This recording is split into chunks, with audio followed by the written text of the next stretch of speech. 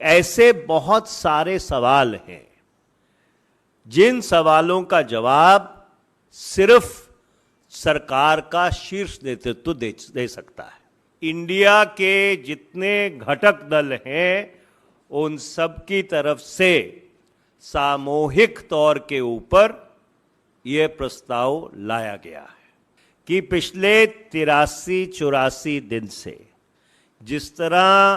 की मणिपुर में परिस्थिति बनी हुई है कि वहाँ पे जो कानून व्यवस्था है वो पूरी तरह से चरमरा चुकी है। कल आप लोगों ने कईयों ने काफ़ी कोशिश की थी ये जानने की कि क्या अविश्वास प्रस्ताव हम लोग लेके आएंगे या नहीं।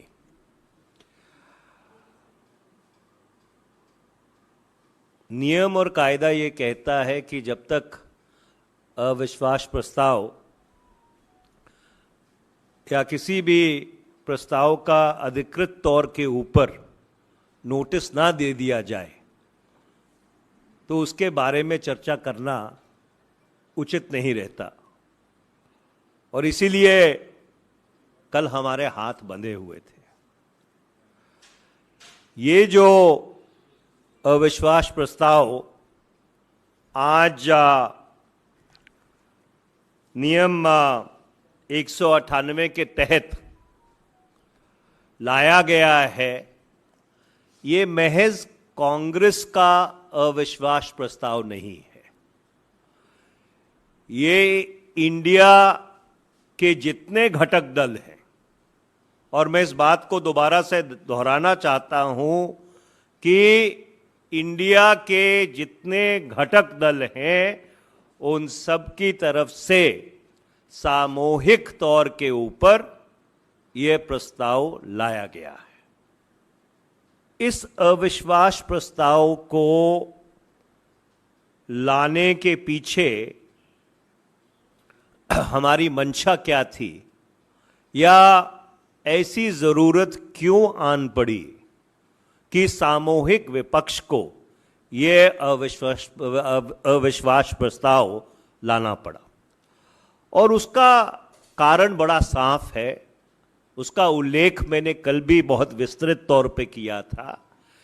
कि पिछले 83-84 दिन से जिस तरह की मणिपुर में परिस्थिति बनी हुई है कि वहाँ पे जो कानून व्यवस्था है वो पूरी तरह से चरमरा चुकी है, वहाँ पे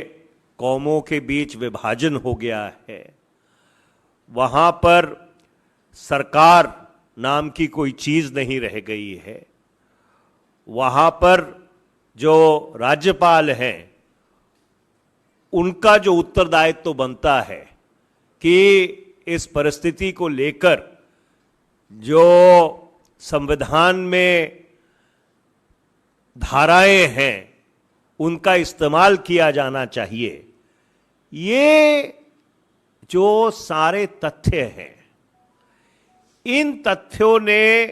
हमको मजबूर किया कि हम केंद्र सरकार के खिलाफ अविश्वास प्रस्ताव लेके आए। हम ये क्यों मांग कर रहे थे, निरंतर और लगातार हम ये क्यों मांग कर रहे थे कि प्रधानमंत्री जी को दोनों सदनों के समक्ष आकर एक विस्तृत ब्यौरा देना चाहिए कि मणिपुर में जो परिस्थिति है वो इस मकाम पर क्यों पहुंची। और उसका सीधा सीधा कारण ये है कि ऐसे बहुत सारे सवाल हैं जिन सवालों का जवाब सिर्फ सरकार का शीर्ष नेतृत्व दे सकता है। गृह मंत्री ने जो सदन में राज्यसभा में नेता प्रतिपक्ष हैं और माननीय कांग्रेस पार्टी के अध्यक्ष श्री मल्लिकार्जुन खड़गे जी हैं, उनको खत लिखा जो सार्वजनिक हुआ, लोकसभा में जो विपक्ष के नेता हैं श्री अधीर रंजन चौधरी, उनको खत लिखा, जो भी सार्वजनिक किया गया, और सरकार ने ये कहा कि हम चर्चा करने के लिए तैयार हैं। तो हम सरकार से निरंतर और लगातार ये पूछते रहे कि अगर आप चर्चा के लिए तैयार हैं और प्रधानमंत्री इस बात को सदन के बाहर कह चुके हैं कि मणिपुर की जो घटनाएं हैं वो शर्मनाक हैं, उससे सभी 140 करोड़ देशवासियों का जो सर है वो शर्म से झुकता है, तो उनको सदन में आके बयान देने में क्या हिचकिचाहट है, क्या संकोच है। और यही कारण है कि भारत के उत्तर पूर्व की जो बहुत ही संवेदनशील परिस्थिति है, सरहद के राज्य हैं, पड़ोसी देश लगते हैं उन राज्यों के साथ, वहाँ पे अस्थिरता अगर फैलती है तो उसके दूरगामी राष्ट्रीय सुरक्षा के ऊपर नकारात्मक प्रभाव पड़ते हैं। और ये कारण है कि हम लोग चाहते थे और अभी भी चाहते हैं कि प्रधानमंत्री को इस अविश्वास प्रस्ताव का विस्तृत जवाब देना चाहिए। आज हमारी आपके माध्यम से मांग क्या है? आपके माध्यम से हमारी ये मांग है कि नियमावली के अनुसार लोकसभा अध्यक्ष के अधिकार क्षेत्र में ये बात है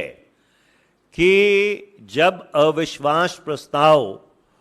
को मंजूर कर लिया जाता है, उसके 10 दिन में सदन में उसके ऊपर चर्चा हो सकती है। पर मर्यादा और परंपरा ये रही है, लोकसभा की मर्यादा और परंपरा ये रही है कि जब भी ऐसा अविश्वास प्रस्ताव आता है और विपक्ष की तरफ से ये कहा जाता है कि सरकार में या ये सरकार इस सदन का विश्वास खो बैठी है, तो बाकी सारे कामों को शिथिल करते हुए, बाकी सारे कामकाज को शिथिल करते हुए